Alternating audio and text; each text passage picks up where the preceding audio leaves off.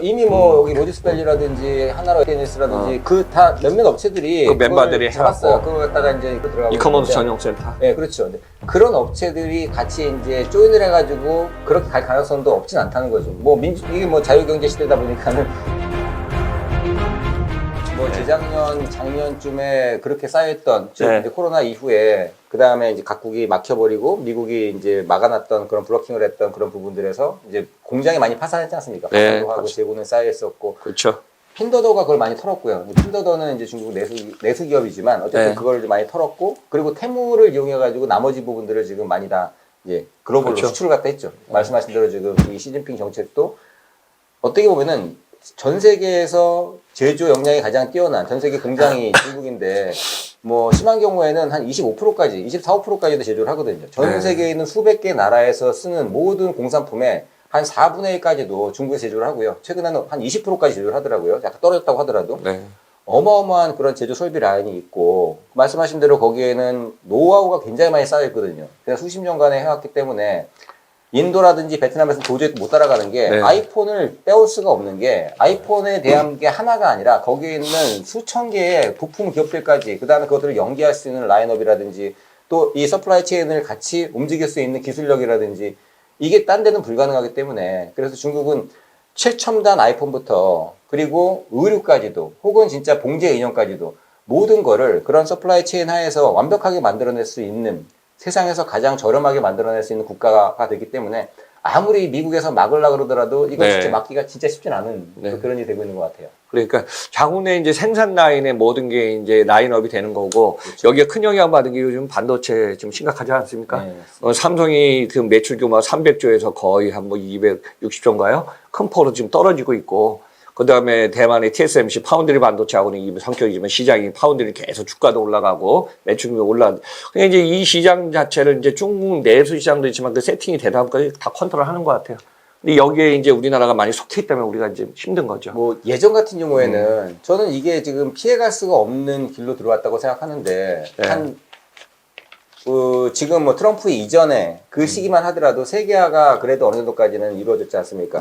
냉전의 시대를 넘어가지고 이제는 뭐 공산주의, 뭐 자본주의 그게 아니라 서로 잘하는 거를 밀어주고 서로 자기가 책임지고 해가지고 전 세계가 같이 좀 행복하게 살자. 그게 세계화인데 그러다 보니까는 가장 전 세계에서 인구도 많았고 또 뭐 땅값도 싸고 공장도 잘 짓고 하는 데가 중국이니까 중국에서 그러면은 무조건 제조를 해.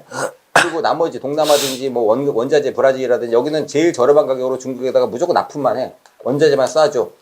그러면 이제 미국 같은 경우에는 뭐 유럽이나 미국은 우리는 금융으로 해가지고 이걸 금융 기법으로 해서 도와주고 또 뭐 M&A도 하고 그런 걸로 해가지고 또 알짜를 챙겨가고 그리고 나서 나머지 판매하는 나라들은 그냥 이걸 내가 가지고 와가지고 무조건 판매만 제대로 하면은 수익을 낼 수 있으니까 사실은 그때만 하더라도 중국이 관여 안 했다는 거죠. 내가 이걸 갖다가 지금 무슨 뭐 이 핸드폰 케이스를 여기서 200원짜리인데 우리나라 들어와가지고 8,000원에 팔든 9,000원에 팔든 관계 안 했다는 거죠.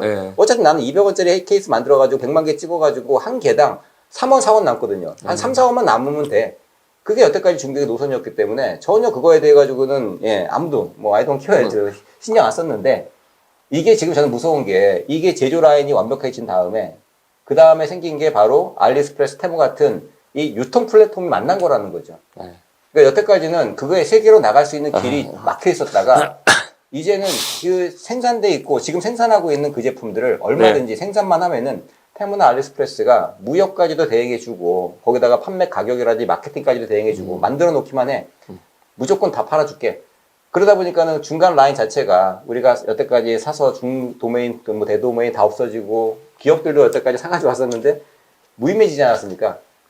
이게 참 어려운 얘기인데 그래서 저는 지금 이게 섣불리 막을 수는 없지만 어떤 식으로든지 간에 대응 방안을 만들어 가면서 그리고 넥스트 스텝으로 가지 않으면은 굉장히 빠른 시간 안에 우리나라도 마찬가지로 뭐 산업계 전체가 좀 많이 좀 피폐해질 수 있다는 생각을 합니다. 중국은 그러다 보니까 내수시장 컸는데 가장 중요한 거는 제조, 생산, 판매, 소비거든요. 이 세 개의 거점인데 제조를 만들어서 그 내수시장 올라왔는데 지금 중국의 소비가 지금 소비자 물건을 많이 안 사는 게 시장 됐고 첫째.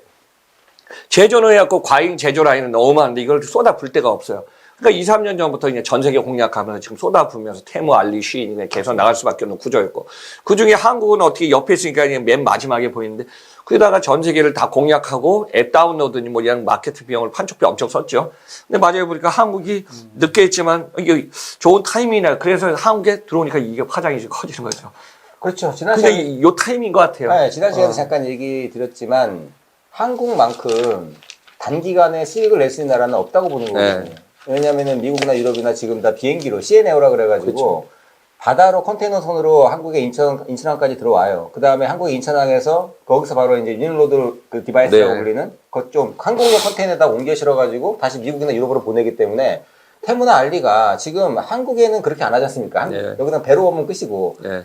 유럽이나 미국은 여기서 배로 왔다가 한국에서 또 보내요. 지금 이 세계 전체적으로 아직까지도 이 중국발 항공기들을 묶어놨기 때문에 그래서 인천에서 지금 그것들을 풀어가지고 다시 싸가지고 세계로 보내고 있다는 거죠. 네. 그 정도로 지금은 어떻게 보면 우리나라가 그건 이용할 수가 있는 부분 분명히 이용할 수가 있는 거고 네. 그렇지 않은 부분들은 또 굉장히 또 경계를 해야겠죠. 이제는 이게 만약에 진짜 이 내수 시장이 초토화되는 건 어떤 식으로 방어를 할지 그 양쪽을 좀 생각해야 될 것 같아요. 네. 그래서 물류를 다 열어주는 게 아니라 물류를 이용해가지고 속도도 조정해야 되고 또 수익도 얻어야 되고 또 이제 중국하고의 또 나쁜 관계도 또 벌어지지 않으려면은 정말 현명한 또 이런 대응이 좀 필요할 것 같아요. 네.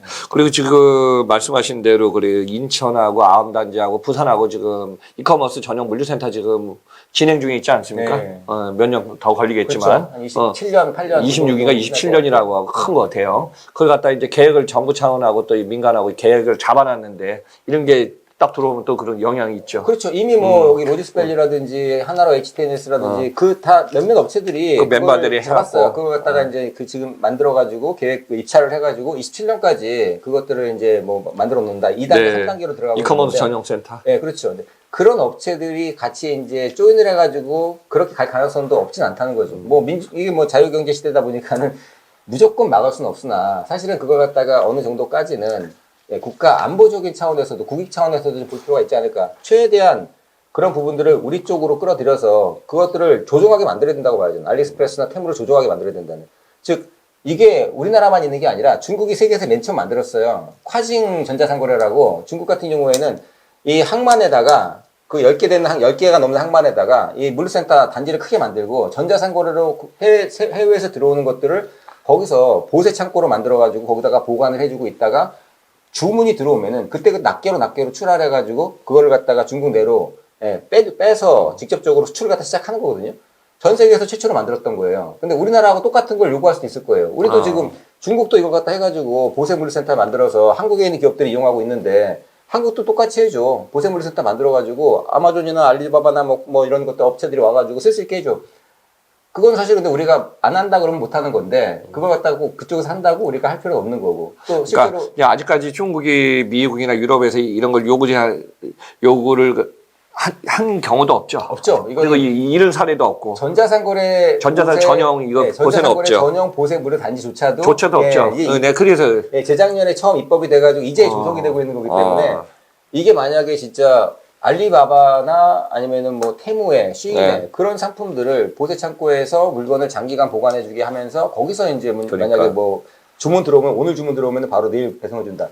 이럴 수도 있는 거거든요. 그쵸. 그러면 사실은 지금 우리나라에 있는 모든 업체들이 타격을 받을 수밖에 그래 보세 창고에 들어와서 다 끝나면은 뭐 우리나라 무조건 택배가 이 길이면 빠르면 당일 배송까지 헬스 권역으로 갈 수 있으니까 그렇죠. 이게 진짜 크긴 크네요. 네 맞습니다. 앞으로 만약 그런 시나리오로 간다. 만약에 그렇죠. 이게 뭐 미래 방향은 또 어떻게 변할지 모르니까 기업의 관계, 뭐 정부 정책도 여기서 맞냐 안 맞냐가 아니라 벗어나는 방법도 있고 참 이게 맞습니다. 어려운 것 같아요. 그래서 그렇다고 글로벌 시대에서 우리만 뭐 이게 뭐 세국 정책으로 빗장을 잠글 수는 없기 때문에 사실은 이 부분을 우리가 대응 방안은 세워야 된다고는 봅니다. 우리가 그래서 지금 정부에서 하고 있는 것도 소비자들의 피해를 최소화하기 위해서 여러 가지 뭐 안전장치라든지 뭐 인증에 대한 그런 부분을 보완한다든지 뭐 하지 않습니까? 거기다가 뭔가 이제 뭐 반품이나 환불이라든지 문제가 있으면 뭐 크레임을 제기한다거나 위해성 같은 경우에는 테스트를 안 하다 보니까 이를테면은 뭐 이런 도금이라든지 아니면 이런 뭐 니켈이나 중금속 오염된 여러 가지 장난감이라든지 그러니까 안전에 위험한 거. 그걸 검사를 전혀 안 하지 않습니까? 특히 네. 이제 KC 인증 자체가 또 없죠. 또 KC 인증 없이 그냥 오니까. 전자제품에 대한 거기 때문에 특히 뭐 배터리 같은 거 많이 터져가지고 요즘 문제도 많이 생기고 그렇죠. 있고 또 전자파에 대한 위험이라든지 하나도 지금 그걸 제어할 수가 없는 거거든요. 그렇죠. KC 인증도. 만약에 그게 미국이라든지 유럽에서 수입된 거라 그러면은 자체적으로 미국, 유럽의 기준을 부합한 제품들을 우리가 가지고 온다거나 사회적인 네, 분위기상으로 그렇게까지도 우리가 뭐 큰 문제가 없는데 중국이라는 나라가 특히 테무가 들어오는 물건들 이 물건들은 중국 내에서도 3선, 4선 도시들이 쓰는 물건들이거든요. 가장 못 사는 결국 이제 중국이 지금 뭐 국민소득이 12,000달러까지 올라갔지만 3선, 4선 도시들은 6,000달러밖에 안 되지 않습니까? 네. 거의 우리나라 국민소득의 거의 한 5분의 1밖에 안 되는 그 정도 수준이라서 거기는 인건비도 싸지만 기본적으로는 정말 저렴한 상품들을 공급해가지고 쓰는 그런 그것들을 갖다가 역으로 지금 테무가 네. 개발해가지고 중국으로 공급하다가 네. 다시 글로벌로 넘어온 상태이기 때문에 진짜 이거는 정말 자칫 잘못하다가는 더 큰 또 화가 날 수 있다는 거죠. 결국은 테무 매출은 엄청 좋아졌습니다. 그리고 테무 전 세계 지금 공략한 거는 다 인정해요. 뭐 웹사이트 1등이고 2등. 그러니까 테무의 이제 그 자오 CEO도 이런 얘기를 했어요. 우리는 이제 1단계 넘어섰다. 자, 연구 개발에 더 집중하겠다. 물론 이제 R&D 개발에서 뭐 110억 위안을 계속 투자했대요. 자, 두 번째는 글로벌 시장을 지금 공략해서 전 세계 지금 웬만한 테무 물건이 다 들어가 있다. 그렇지만은 어떻게 보면 객단가 올려야 되지 않습니까? 테무의 소비자층에 이걸 갖다가 더 올려갖고 좀 만들어야겠다. 이런 쪽으로 지금 방침을 계속 업그레이드 시켜나가더라고요. 그래서 이제 중국발이 좋다 나쁘다가 아니라 지금은 저가 상품 위주로 나가고 있지만은 아마 중국 상품 계속 한계 들어오면서 저가가 아닌 중가 이상으로 계속. 근데 이 소비자가 사줘야 되니까 이 부분에 대해서 소비자가 사는 걸 뭐 막을 수도 없고 여러 가지 좀 얘기가 좀 있는 것 같습니다. 그래서 일단은 최근에 뭐 지금 중개 관련된 얘기, 물류센터의 비딩 관련해서 또 테무의 실적 얘기해서 좀 다양한 얘기를 좀 한 것 같습니다.